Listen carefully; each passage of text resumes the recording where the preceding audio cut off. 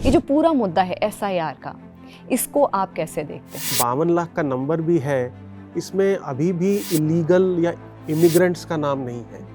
इसमें से मुझे लगता है 45 या 50 लाख लोग तो डेड थे या परमानेंटली शिफ्ट हो चुके हैं। अनलेस बहुत ज़्यादा एलिजिबल वोटर्स का जो ऑलरेडी एग्जिस्टिंग वहाँ रहते हैं उनका नाम ना कटे।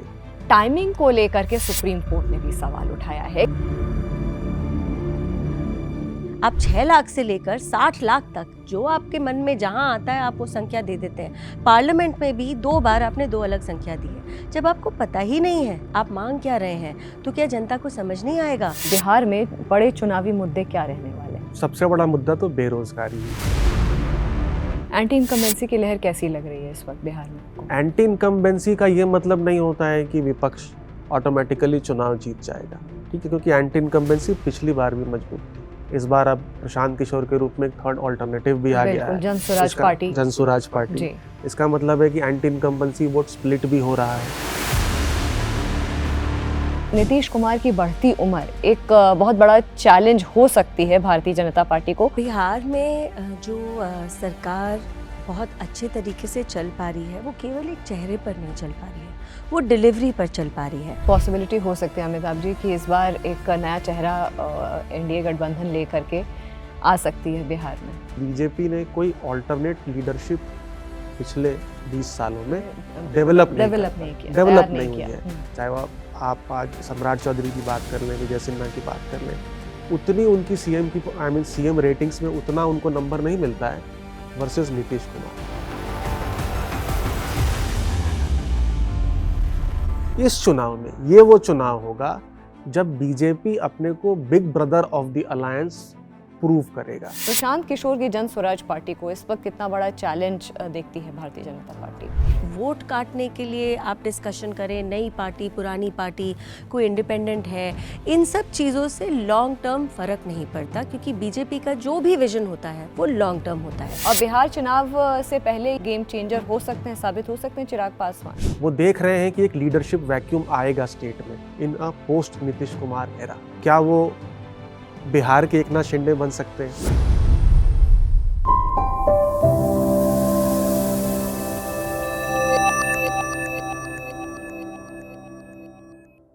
नमस्कार, जागरण मंथन में आप सभी का स्वागत है। मैं हूं स्मृति रस्तोगी। इस वक्त देश के बड़े पॉलिटिकल डेवलपमेंट्स की बात करें तो बिहार चुनाव का जो मुद्दा है वो काफ़ी गरमाया हुआ है।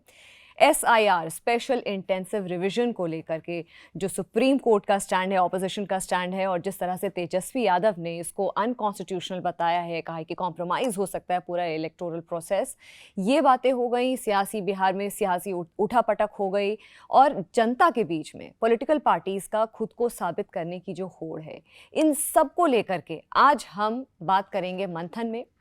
इस पर विचार करेंगे कि आगामी बिहार चुनाव किस तरह से पैन आउट करते हैं। स्टूडियो में मेरे साथ 2 खास मेहमान हैं। अमिताभ तिवारी जी हैं, सेफोलॉजिस्ट हैं और फाउंडर हैं वोट वाइब के, और हमारे साथ हैं चारू प्रज्ञा जी, ये नेशनल स्पोक्स पर्सन हैं भारतीय जनता पार्टी की। आप दोनों का बहुत बहुत स्वागत है।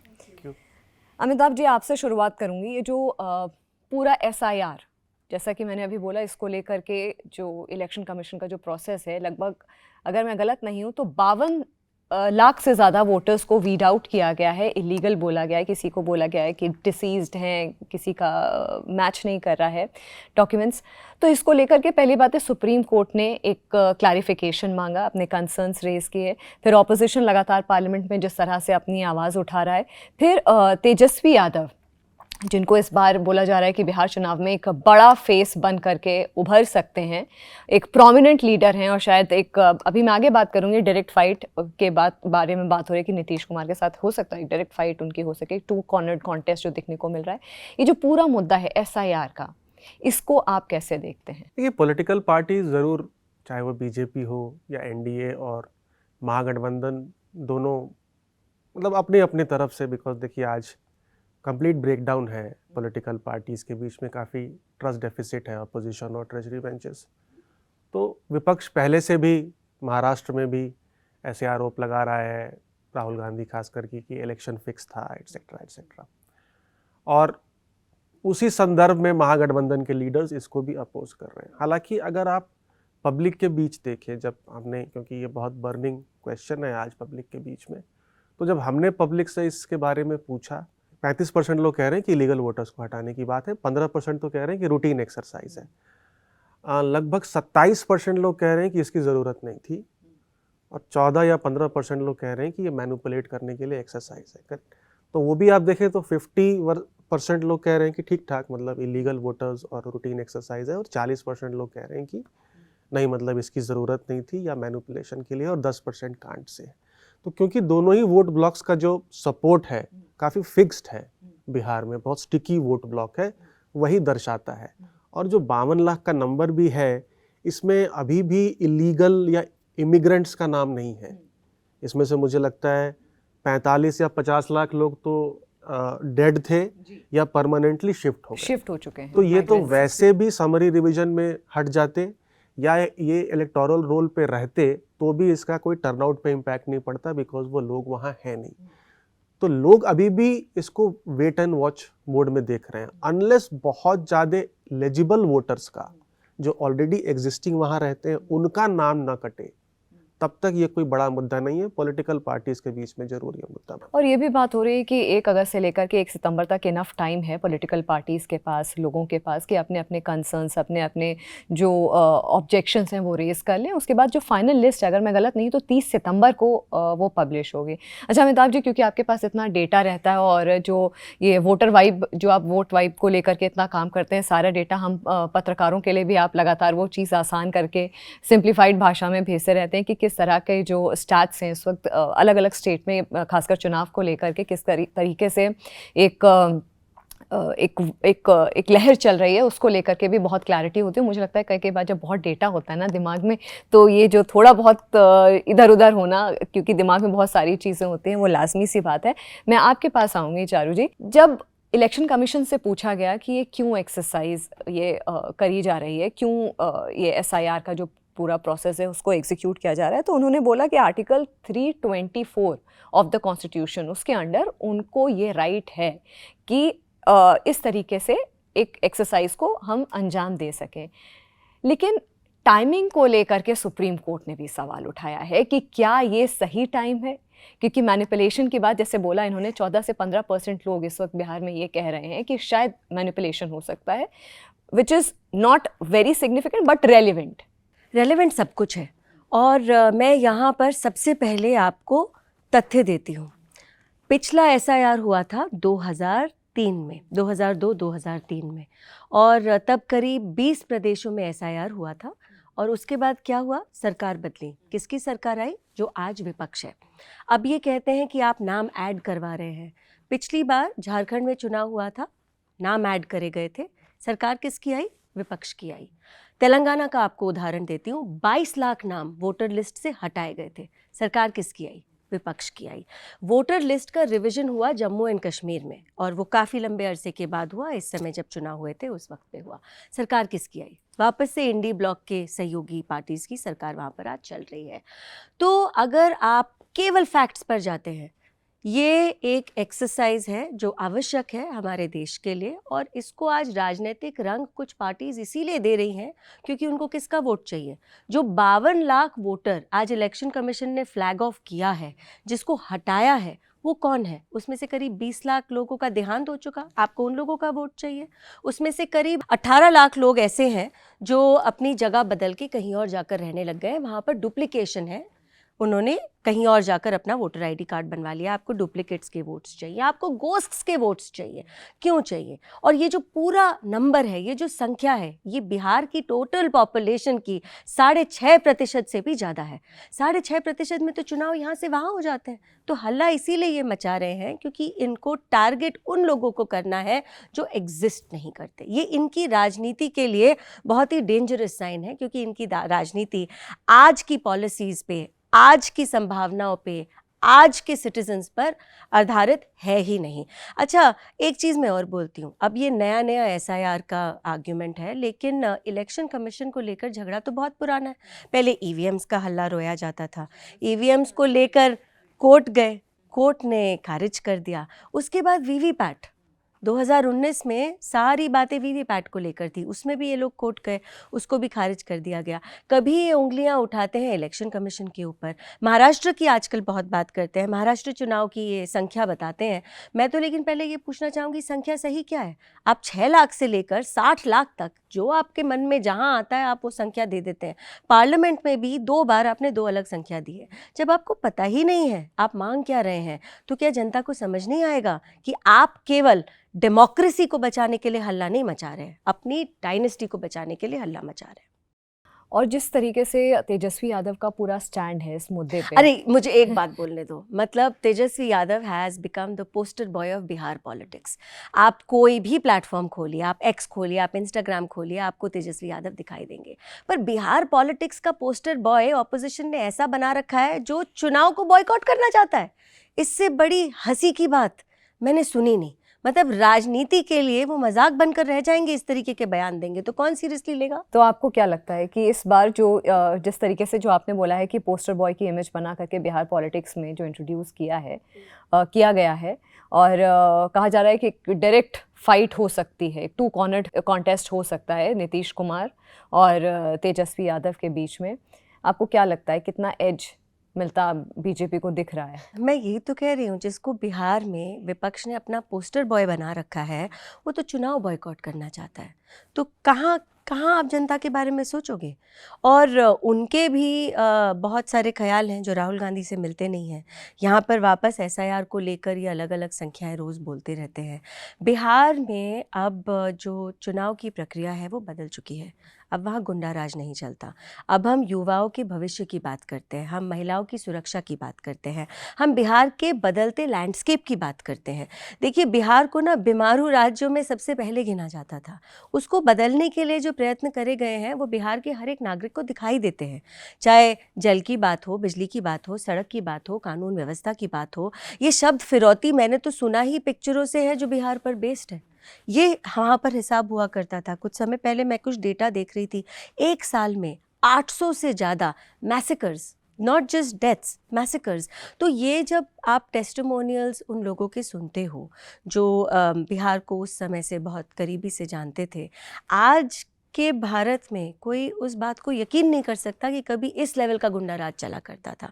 उस पर पूर्ण विराम लगा दिया है और बिहार की जनता ऐसे पॉलिटिकल पार्टीज़ को वापस नहीं आने देगी। अमिताभ जी, आपका डेटा क्या कहता है कि जैसे इन्होंने बोला गुंडा राज, अब गुंडा राज नहीं है, बीमारू राज्य से के स्तर से उसको उठा करके बिहार को थोड़ा गति देने की कोशिश की है, युवाओं में नई चेतना है, जॉब अपॉर्चुनिटीज़ की बात कर रही हैं चारू जी।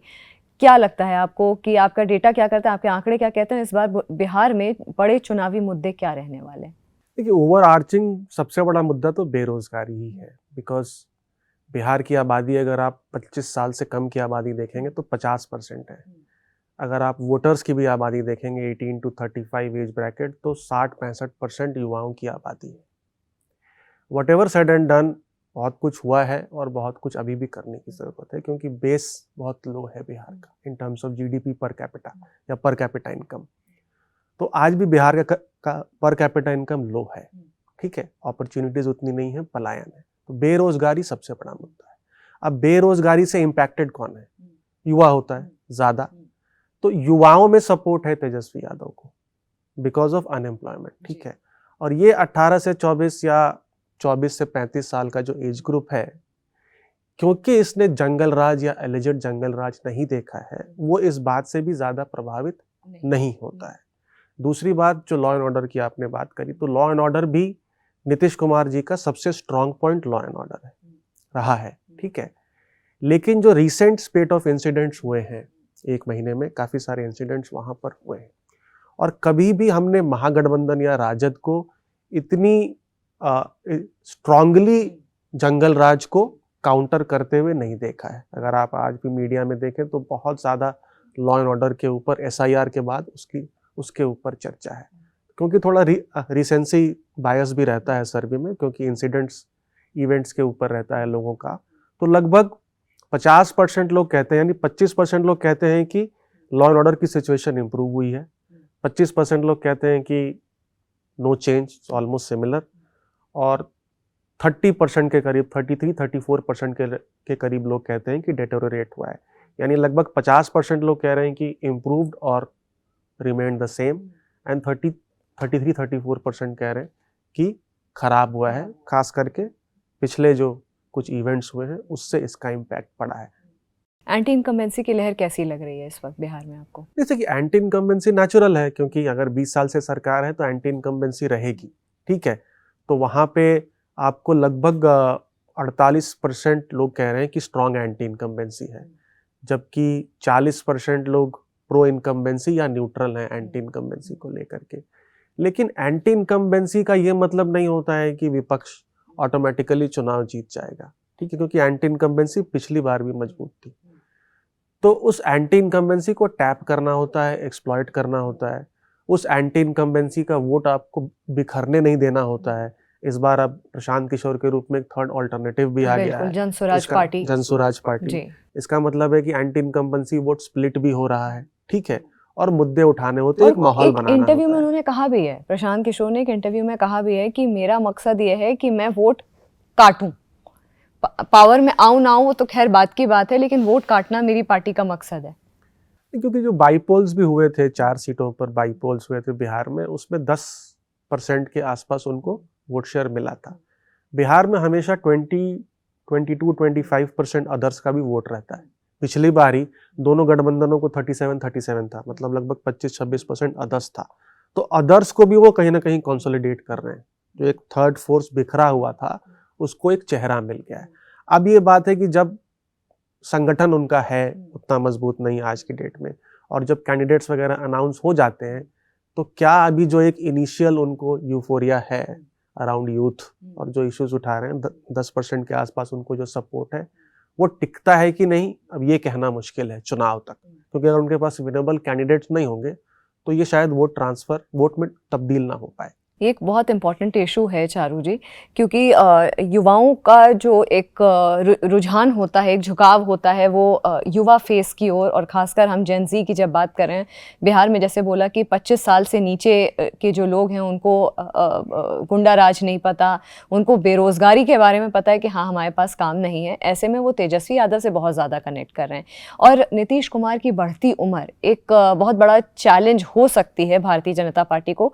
आपको लगता है कि क्या भारतीय जनता पार्टी जो ये कोalition है जेडीयू और बीजेपी का, क्या आपको लगता है कि नीतीश कुमार के चेहरे के साथ ही बिहार में कंटिन्यू, क्योंकि ये भी अटकल है कि हो सकता है कि कोई और अलग पोजीशन सेंटर में दे करके बिहार में एक नया चेहरा, जो कि बीजेपी का एक हमेशा से एक स्ट्रैटेजी भी रही है नए चेहरों को लेकर के आने की।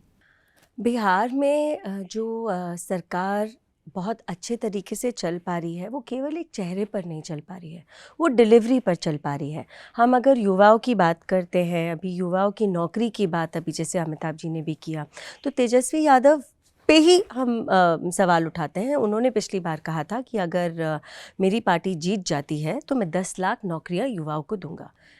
10 लाख का वादा करके करीब 19,000 नौकरियां दी गई, लेकिन एनडीए सरकार ने ऑलरेडी 9.5 लाख नौकरियां दे दी हैं, और टर्म ख़त्म होने तक ये संख्या भी 12 लाख तक पहुंच जाएगी।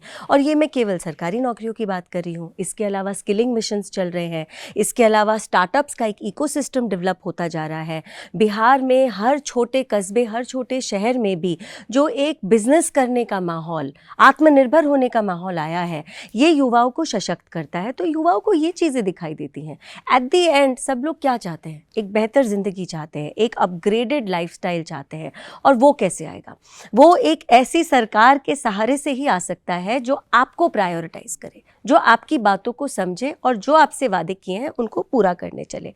तो अगर एक होलिस्टिकली 360 डिग्री व्यू केवल युवाओं की भी ली जाए ना स्मृति जी, तो तेजस्वी यादव की सारी प्रॉमिसेस हॉलो हो चुकी है। उन्होंने खुद यू टर्न मार लिया।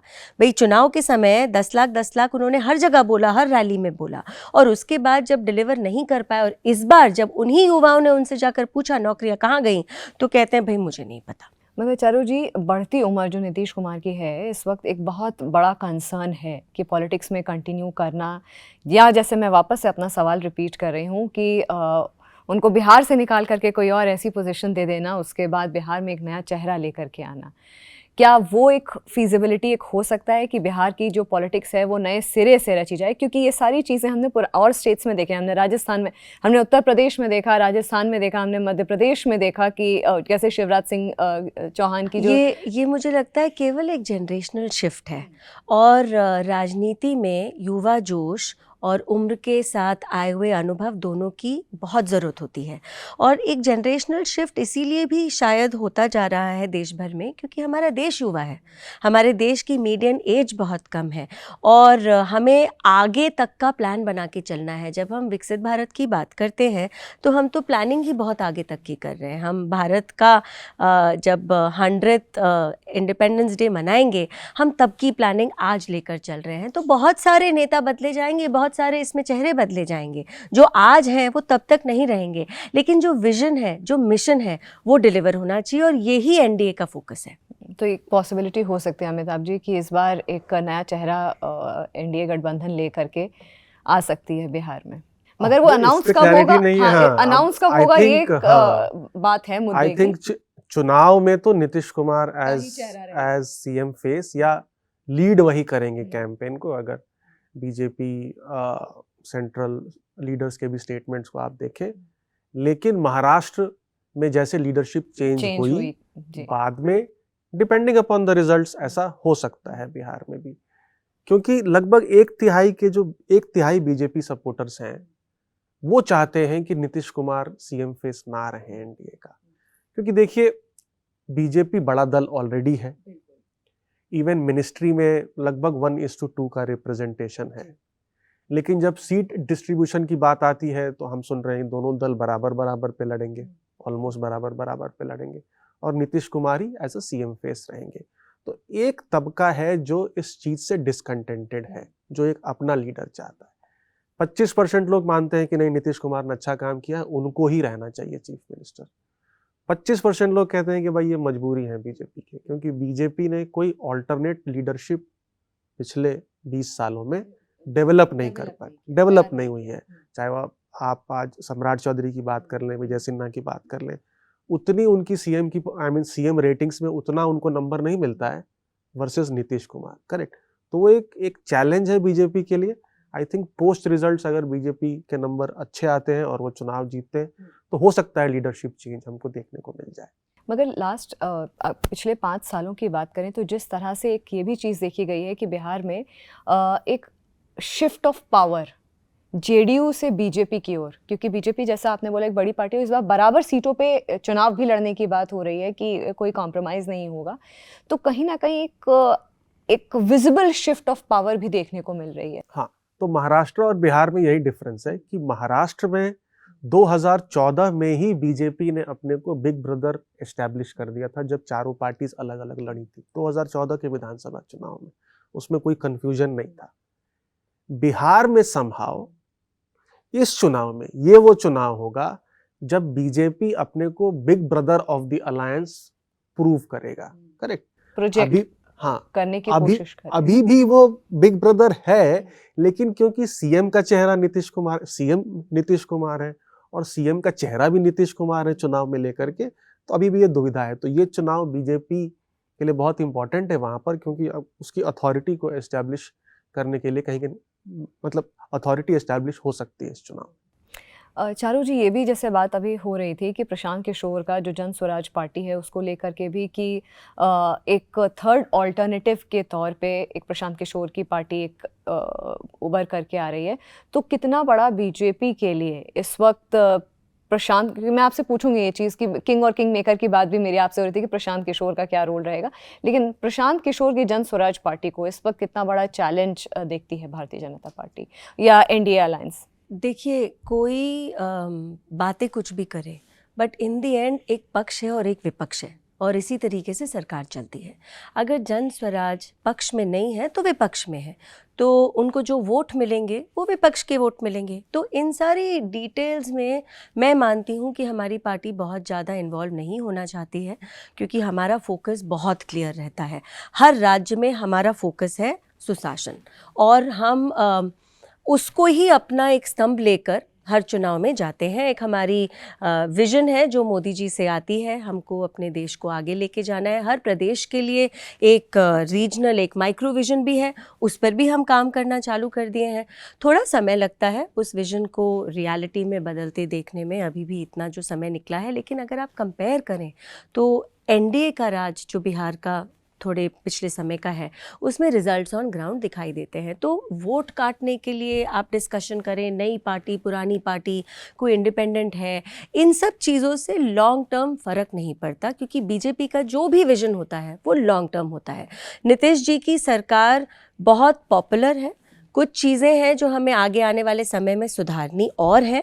लेकिन जैसा मैंने कहा, एक बीमारू राज्य की एक जर्नी शुरू हुई है to become a developed state. आप उत्तर प्रदेश की जर्नी देखिए, उतना समय मिला है उत्तर प्रदेश को, जब बिहार को भी उतना समय मिल जाएगा, हम बिहार के बारे में भी उसी तरीके से, उसी लहजे में बात करना शुरू कर देंगे। चारू जी, जैसे कि बिहार में जो मेजर वोटर्स जो आते हैं, जो तबका आता है, यादव, पासवान, राजपूत और कायस्थ, ये 4 बड़े जो डिविजन्स होते हैं जो दिख रहे हैं कास्ट की अगर बात करूं। लेकिन मैं चिराग पासवान की यहाँ पे बात करूँगी। कहीं ना कहीं एक डिसकंटेंट चिराग पासवान को लेकर के, चिराग पासवान की पार्टी को लेकर के रहा है।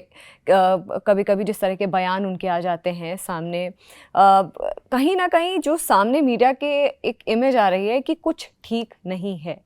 और बिहार चुनाव से पहले ये एक बहुत बड़ा क्या एक गेम चेंजर हो सकते हैं, साबित हो सकते हैं चिराग पासवान? नहीं, मुझे लगता है कि उनके बहुत सारे बयानों को ट्विस्ट कर दिया जाता है। जब वो बोलते हैं वो हर सीट पे कैंपेन करेंगे, वो हर सीट पर अपने गठबंधन के लिए कैंपेन करेंगे, वो हर सीट पर एनडीए के लिए कैंपेन करेंगे। और बहुत आसान है मीडिया के लिए एक बयान को उठाना, उसको काट छाट के बस 10 सेकंड चलाना और ये बोलना कि अरे भाई वो हर सीट पे खुद ही लड़ने जा रहे हैं या अपने पार्टी के एक किसी रिप्रेजेंटेटिव को लड़ाने जा रहे हैं। बिल्कुल भी नहीं। उनकी बातों में बहुत स्पष्टता है, उनके एक्शंस में बहुत स्पष्टता है। वो केंद्र में मंत्री हैं और जब वो कैंपेनिंग की बात करते हैं, वो एनडीए के लिए, जिसमें बीजेपी भी आती है, उनकी पार्टी भी आती है, नीतीश जी की पार्टी भी आती है, वो इन टोटलिटी एनडीए के लिए कैंपेनिंग की बात करते हैं। मैं आपका रिएक्शन लूँगी इस पे। देखिए क्या है कि जब चिराग पासवान जी की पार्टी पिछली बार जब अलग से लड़ी थी तो उनको सिर्फ 1 सीट आई थी। अब विधानसभा में 1 सीट है और लोकसभा में उनकी 5 सीटें हैं, करेक्ट। तो विदाउट अलायंस अगर वो लड़ेंगे तो उसका वो हश्र देख चुके हैं। अब एक बात जरूर है कि वो इस अलायंस में ही एक ऑपोजिशन का रोल प्ले करना चाहते हैं, क्योंकि वो भी एक युवा लीडर है, एक युवा तबका बहुत बड़ा है बिहार का जिसको वो अट्रैक्ट करना चाहते हैं। वो देख रहे हैं कि एक लीडरशिप वैक्यूम आएगा स्टेट में in a post Nitish Kumar era, correct. तो क्या वो बिहार के एकनाथ शिंदे बन सकते हैं, करेक्ट, जैसे यहाँ पर एकनाथ शिंदे 2-2.5 साल के लिए चीफ मिनिस्टर थे। तो उनका एक एम्बिशन जरूर है, ठीक है। और कुछ न कुछ जो कॉन्फ्लिक्टिंग स्टेटमेंट्स हैं, चारू जी की बात भी सही है, ठीक है, मीडिया अगर एक शॉर्ट क्लिप दिखाता उसमें पता नहीं चलता, लेकिन वो उसको फिर काउंटर भी नहीं करते, करेक्ट। और हिस्टोरिकली जेडीयू और एलजेपी का आप कह सकते हैं, अगर देसी भाषा में करेंगे तो 36 का आंकड़ा है, क्योंकि जेडीयू या नीतीश कुमार ने एक महादलित कैटेगरी बनाई और एलजेपी का जो वोट शेयर पहले 11-12% हुआ करता था, अब सिर्फ 5 या 6% पे रह गया है। तो पासवान समाज में एक ये फीलिंग है कि नीतीश कुमार जी की वजह से एलजेपी का प्रभाव जो है वो कम हुआ है बिहार में। तो एक ये कॉन्फ्लिक्ट है। तो अब देखते हैं कैसे इसको एनडीए सॉल्व करती है इस बार। एक इंटरेस्टिंग जो स्टेटमेंट अमिताभ जी ने बोला है कि हो सकता है कि बिहार पॉलिटिक्स में वो खुद को, चिराग पासवान खुद को एकनाथ शिंदे साबित करने की कोशिश या वैसी कुछ उम्मीद लेकर के इस बार बिहार पॉलिटिक्स में उनका पूरा जो एक सिनारियो है वो रहेगा। एम्बिशन तो होना ही चाहिए। आप राजनीति में हैं, आप इसीलिए हैं क्योंकि आप अपने लोगों को रिप्रेजेंटेशन दे पाएँ, उनके लिए काम कर पाएँ। और जब आप उनके लिए काम करेंगे तभी आप लंबे अरसे तक उस राजनीति में इफ़ेक्टिव और सक्सेसफुल रह पाएंगे। चिराग जी की उम्र बहुत कम है, अगर वो अभी डिलीवर नहीं करेंगे तो 20 साल बाद तो पॉसिबिलिटीज़ घट जाती हैं। तो मैं तो एम्बिशन को बहुत पॉजिटिव मानती हूँ स्मृति जी, और I wish him all the best. I wish everybody all the best who is representing NDA in Bihar today, क्योंकि जैसा मैंने कहा, ये लड़ाई है बिहार को वापस बीमारू बनाने की और वापस उस जंगल राज के समय पे ले जाने की, वर्सेस बीजेपी के विजन की, एनडीए के सुशासन की, और उन लोगों की जो बिहार को उठाना चाहते हैं, अपनी डायनेस्टीज़ के लिए, अपने परिवार के नाम के लिए डुबाना नहीं चाहते। एक रिएक्शन मैं आपका लूँगी, जो मैंने आपसे पूछा था अमिताभ जी, कि आपको क्या लगता है कि प्रशांत किशोर का जो रोल है वो किंग या किंग मेकर का देखते हैं इस बार बिहार पॉलिटिक्स में? मतलब पहले तो वो किंग बनना चाह रहे थे, अब पहले किंग मेकर 170 सीटों पे वो जीतेंगे, फिर आप देखेंगे कि अब वो ये कहते हैं कि नीतीश कुमार सीएम नहीं बनेंगे, वो अपने बारे में बात नहीं कर रहे।